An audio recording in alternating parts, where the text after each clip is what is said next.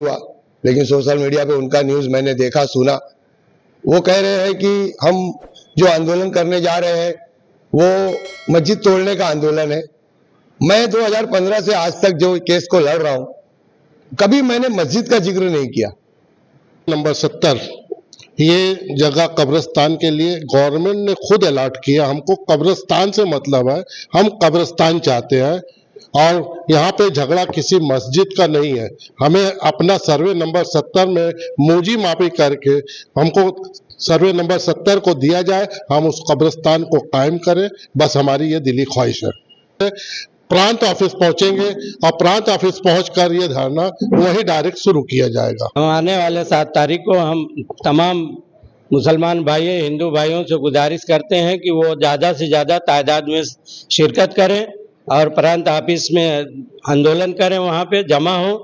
और सबसे यही गुजारिश है कि इस मस्जिद इस कब्रिस्तान के लिए हमारा साथ दें और हमले का भी साथ दें। उनका बहुत बहुत शुक्रिया जो हमारा साथ उन्होंने, अल्लाह ताला ने उन्हें हमारे लिए भेजा है और उनका बहुत बहुत शुक्रिया, धन्यवाद। अल्लाह ताला उनको उम्र में बरकत दे और उनको कामयाबी हर जगह दे। इसलिए मैं ये कहूँगा लोगों से, पूरे भिवंडी वालों से, कि ये कब्रिस्तान के लिए खास साथ दे और कुछ लोगों के बहकावे में ना आए। जैसे आज कल जो है कुछ लोग हैं जो कोई बोल रहा है कि मस्जिद बचाओ आंदोलन, मस्जिद तोड़ने जा रहे हैं, तो ये गलत जवाब है उनका। है सर, जो 7 तारीख को हमारा आंदोलन होने वाला है वो कब्रिस्तान के मांग के ऊपर है। सन 1961 में महाराष्ट्र ऑफ गवर्नमेंट ने समरूबाग एक नाम का मोहल्ला है, वहाँ पे सर्वे नंबर 70 एक जगह है, उस पर महाराष्ट्र गवर्नमेंट ने 1961 में एक कब्रिस्तान अलॉट किया था। गवर्नमेंट ने खुद दिया था वो जगह कब्रिस्तान के लिए। 1961 से आज 2025 आ गया। उस जगह पे कुछ लोगों का कब्जा है। जो कब्रिस्तान मुसलमानों को मिलना चाहिए था 1961 से 2025 के बीच में नहीं मिल सका, और हमने 2015 से इस कब्रिस्तान की मांग की। हमने लड़ाई भी लड़ी उसके लिए, लेकिन जिन लोगों ने उस पर कब्जा किया है वो गलत कागजात साबित कर पेश करके गवर्नमेंट को और गलत पेपर बना के उस जगह पे कब्जा किए हुए हैं। और ये लड़ाई हम 2015 से लड़ रहे हैं, तकरीबन 10 साल हो गया, और 10 साल में हम 2 बार केस जीते भी। टेलार का ऑर्डर भी हमने निकाला, टेलार पे लोगों ने स्टे लिया। वो नहीं चाहते कि उस जगह पे कब्रिस्तान बने, क्योंकि वो लोगों ने उस जगह पे कब्जा किया हुआ है, नाजायज कब्जा। बीच में आज से 10 साल पहले वो लोग वहाँ पर एक बिल्डिंग का प्रोग्राम भी लेके आए थे, और वहाँ पे उन लोगों ने एक बिल्डिंग का पूरा नक्शा लाके लगा दिया था, बोर्ड लगा दिया था, और वो उस जगह पे बिल्डिंग की बुकिंग वगैरह भी चालू कर दी थी।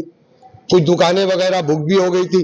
जब हमें पता चला तो हम लोग वहाँ पे कुछ लोग गए और उस जगह पे जो कब्रिस्तान की जगह थी उस जगह पे हमने वो बोर्ड वगैरह को हटवाया, और पुलिस वगैरह भी आ गई और केस वगैरह भी कुछ हुए, और वहाँ पे जो बुकिंग हो रही थी उसको हमने रोका, क्योंकि वो मुसलमानों को गवर्नमेंट की तरफ से दी हुई जमीन है। उस पर हम तमाम कौम के लोग ये चाहते हैं कि कब्रिस्तान बने, लेकिन ये लोग उस जमीन पे कुछ पेपर पे हेर फेर करके उस जगह को अपनी प्रॉपर्टी साबित करना चाहते हैं, जो कि 1961 से आज तक जितने भी पेपर आप उठा के देखेंगे, जितने भी कागजात उठा के देखेंगे, वो हर कागजात पे उस जगह पे सर्वे नंबर 70 कब्रिस्तान की जगह साबित होती है। और वो जमीन हमको मिले, इसलिए हम ये 7 तारीख को जो धरना देने वाले हैं प्रांत ऑफिस पे, वो धरने का कोई मकसद नहीं, हमको कुछ हुल्लड़ वगैरह नहीं करना है। उस जमीन पे सही फैसला हो, तहसीलदार में उसका फैसला पैसे की वजह से या दबाव में कुछ बदली ना हो, उसका फैसला हक के साथ हो, इंसाफ के साथ हो, हम उस फैसले को अवाम के हक में हो, इसके लिए हम वहां पर अपना शक्ति प्रदर्शन करने जा रहे हैं। मैं इस बारे में क्या कहूँ, मुझे तो हंसी आती है। जिन लोगों ने ये सोशल मीडिया पे एक बयान जारी किया है, मुझे उन लोगों की सोच पे हंसी आ रही है। वो जाहिद गांधी साहब कोई है, अब उनकी सोच कैसी है मुझे तो उनका कभी सामना नहीं हुआ, लेकिन सोशल मीडिया पे उनका न्यूज़ मैंने देखा सुना। वो कह रहे हैं कि हम जो आंदोलन करने जा रहे हैं वो मस्जिद तोड़ने का आंदोलन है।